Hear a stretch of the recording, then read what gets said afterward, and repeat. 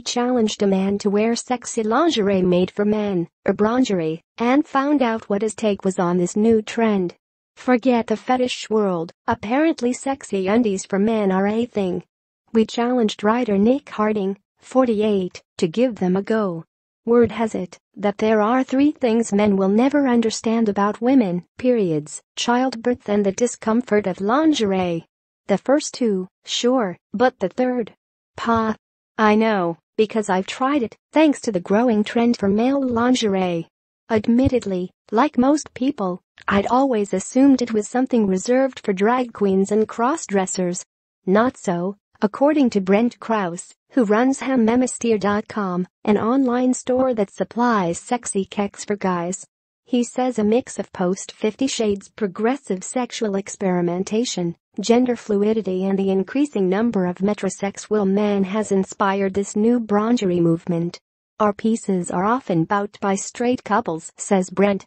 There is a misconception that men who wear lingerie must be part of the fetish or gay community, but many women purchase our lingerie for their partners. It's fun and can add spice to a relationship, he adds. In fact, I wouldn't be surprised to see a mainstream label release a line of lingerie for men in the near future. Determined to give it a go, I try on a pair of floral satin pants and a bra, and take a look in the mirror. Once the initial shock wears off, I feel ridiculous. The image staring back at me says Rocky Horror Reject, not fearless fashion pioneer. It doesn't help that my wife Steph, 38, physically recoils at the sight and then laughs. She has a point. I mean, I'm wearing a bra, even though I have nothing to fill it with, and my knickers are so skimpy you can see everything.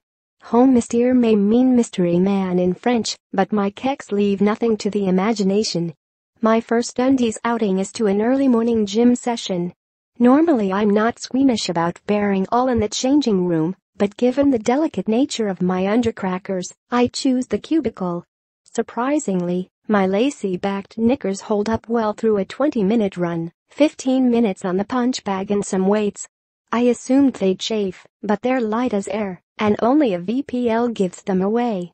My sole worry is that my lacy knicker top might pop out as I bend down to pick up a kettle weight.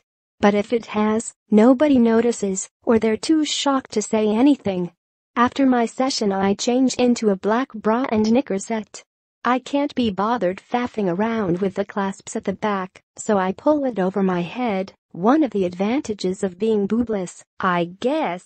Then I head off to a lunch meeting with colleagues. As an icebreaker, I sit down and blurt out that I'm wearing lingerie. It's met with an awkward silence. Finally, a female colleague declares me brave, while I'm mercilessly ribbed by the only other guy here. I laugh it off, but I don't feel brave, just incredibly self-conscious. I have to make an effort not to lean forward in case my bra peeps out from my shirt, and I keep my jumper on, even though the restaurant is stifling. My undies may feel comfy, but the rest of me is not. When I go to the urinal, I only remember I'm in risque attire when I unzip and see a flash of black satin. Oops, keeping my cool, I have no option but to front it out and just hope the bloke next to me is staring straight ahead. Once home, with Steph out for the evening, I put on a black lacy teddy and settle down to a Netflix binge. Women often say nice underwear can make them feel sexy or more confident, but in all honesty I feel nothing. Apart from a bit stupid.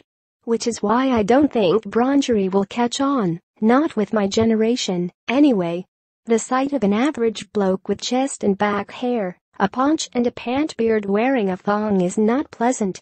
But I can say with confidence that when it comes to underwear, you ladies have got it easy.